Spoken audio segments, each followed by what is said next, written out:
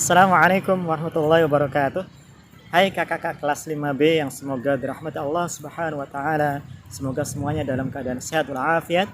Sudah sarapan semuanya, sudah mandi dan sudah siap kita bersama-sama belajar daring hari ini, Senin tanggal 14 September tahun 2020. Baik. Semuanya sudah siap dengan bukunya?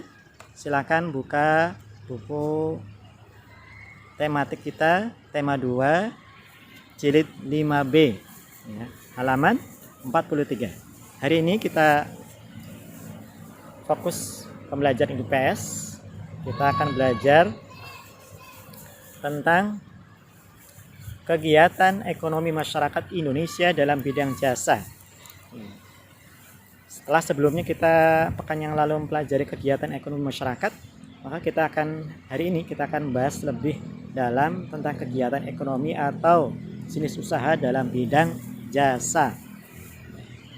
Anak-anakku sekalian, sebagaimana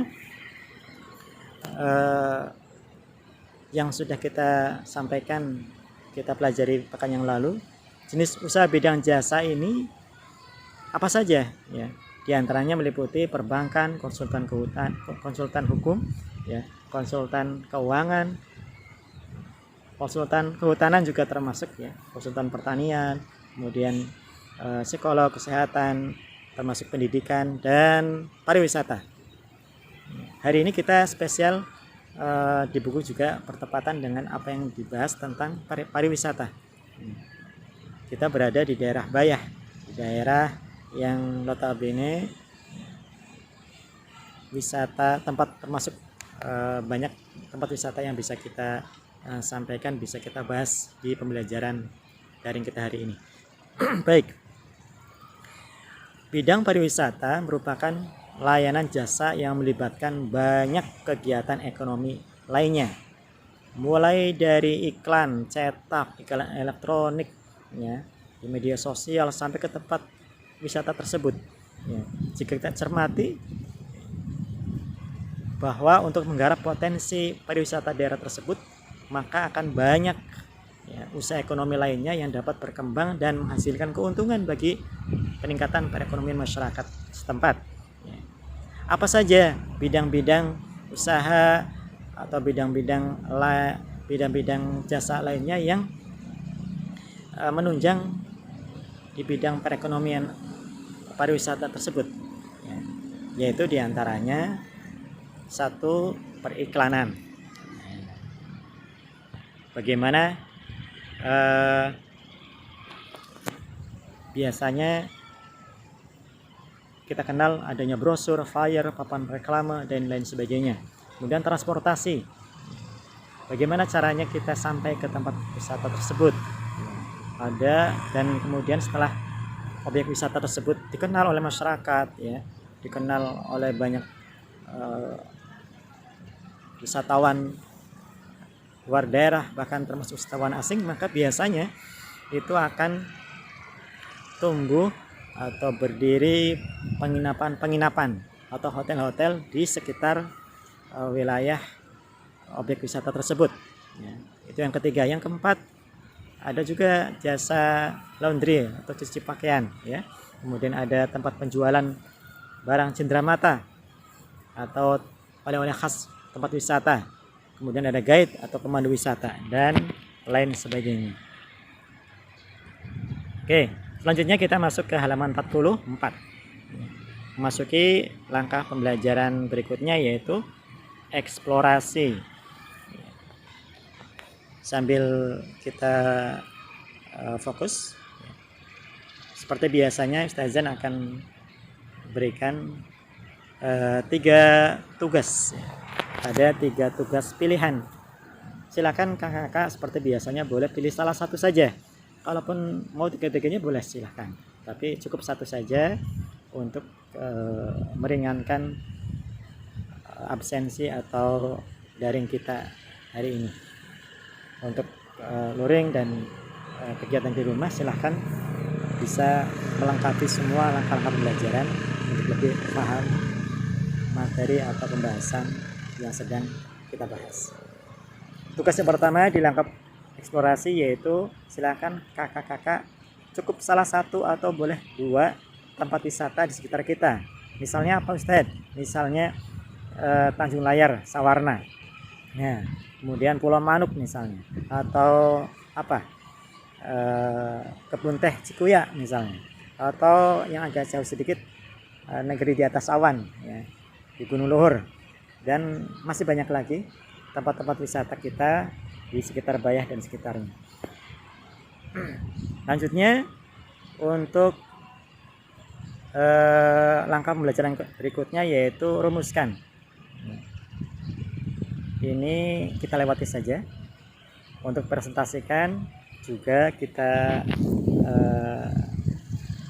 cukup sekedar tahu saja bahwa untuk mengenalkan pariwisata kita biasanya kita buat brosur ya, brosur yang nantinya bisa untuk mengenalkan lebih dalam, lebih mudah lagi bagi wisatawan untuk datang di objek wisata tersebut. Kita lewati saja nanti di tugas yang berikutnya. Jadi tugas pertama di eksplorasi, silakan kakak-kakak bisa melengkapi tabel yang ada di sini ya. Oke. Ini ya, boleh silakan diisi 1 atau 2 juga boleh, tapi dengan alasan yang lebih deskriptif, lebih jelas dan lebih detail ya. Kemudian tugas yang kedua setelah langkah eksplorasi yaitu aplikasikan. Ini ada beberapa soal yang bisa kakak-kakak lihat dan kakak kerjakan. Di halaman 44 ada 2 soal, di halaman 45 ada 3 soal ya. Jadi ada 5 soal yang bisa kakak-kakak jawab. Pertama, soalnya adalah tuliskan contoh usaha-usaha di bidang jasa. Contohnya apa? Yang kedua, mengapa usaha di bidang jasa pariwisata akan mengembangkan usaha-usaha ekonomi lainnya? Mengapa usaha di bidang jasa pariwisata itu bisa mengembangkan usaha-usaha ekonomi lainnya? Yang ketiga, apa syarat suatu tempat usaha? Apa syarat suatu tempat dapat dijadikan tempat wisata? Yang keempat, tuliskan contoh kegiatan-kegiatan ekonomi masyarakat penunjang pariwisata. Yang kelima, bagaimana pendapatmu tentang pengaruh adanya usaha pariwisata bagi kehidupan masyarakat? Tugas yang ketiga, pilihan yang ketiga yaitu tugas di langkah pembelajaran duniawi. Tugasnya adalah silakan kakak-kakak boleh membuat sebuah brosur. Oh maaf, bukan brosur tapi membuat poster ya. Ini. Ini posternya. Ya. Membuat poster tentang pariwisata yang ada di sekitar kita. Oke. Maaf. Dan seterusnya kita simak di langkah pembelajaran terakhir yaitu langkah pembelajaran ukhrawi. Kita akan baca Quran surah Ali Imran ayat 190 sampai 191. Kita baca bersama-sama Kak ya. A'udzu billahi minasy syaithanir rajim. Bismillahirrahmanirrahim.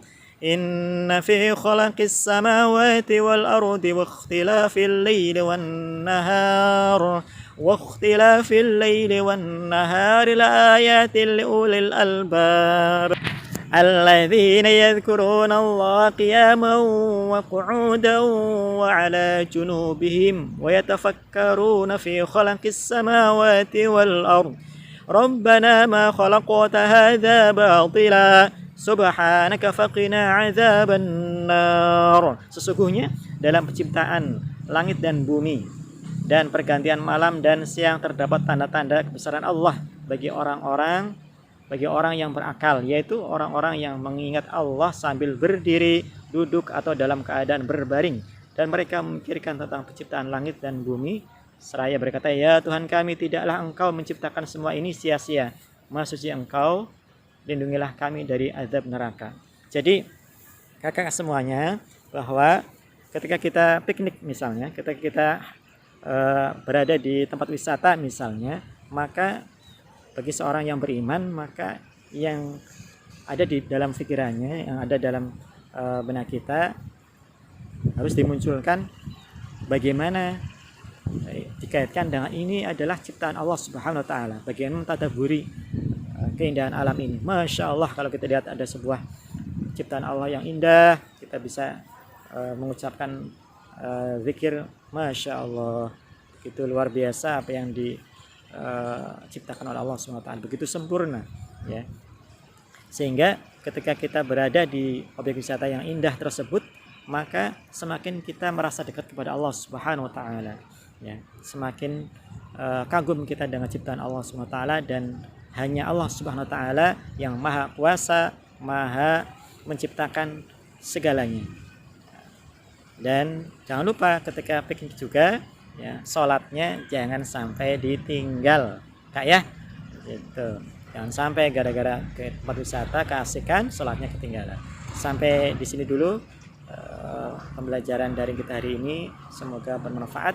Sampai ketemu lagi besok di halaman 46 ya, tentang fokus pembelajaran penguatan pelajaran matematika ya. Sengaja matematikanya dibuat luring atau dibuat setiap hari Selasa, insya Allah matematika, untuk tetap kita belajar materi selanjutnya lebih semangat lagi. Yang belum hafal perkalian silahkan dihafal di rumah. Yang belum mengerjakan tugas membuat tulisan perkalian di kertas karton, Ustazah masih tunggu kabarnya. Oke, tetap semangat, jangan lupa berdoa, dan buat orang tua bahagia dengan kebaikan yang kita buat. Tetap semangat. Assalamualaikum warahmatullahi wabarakatuh.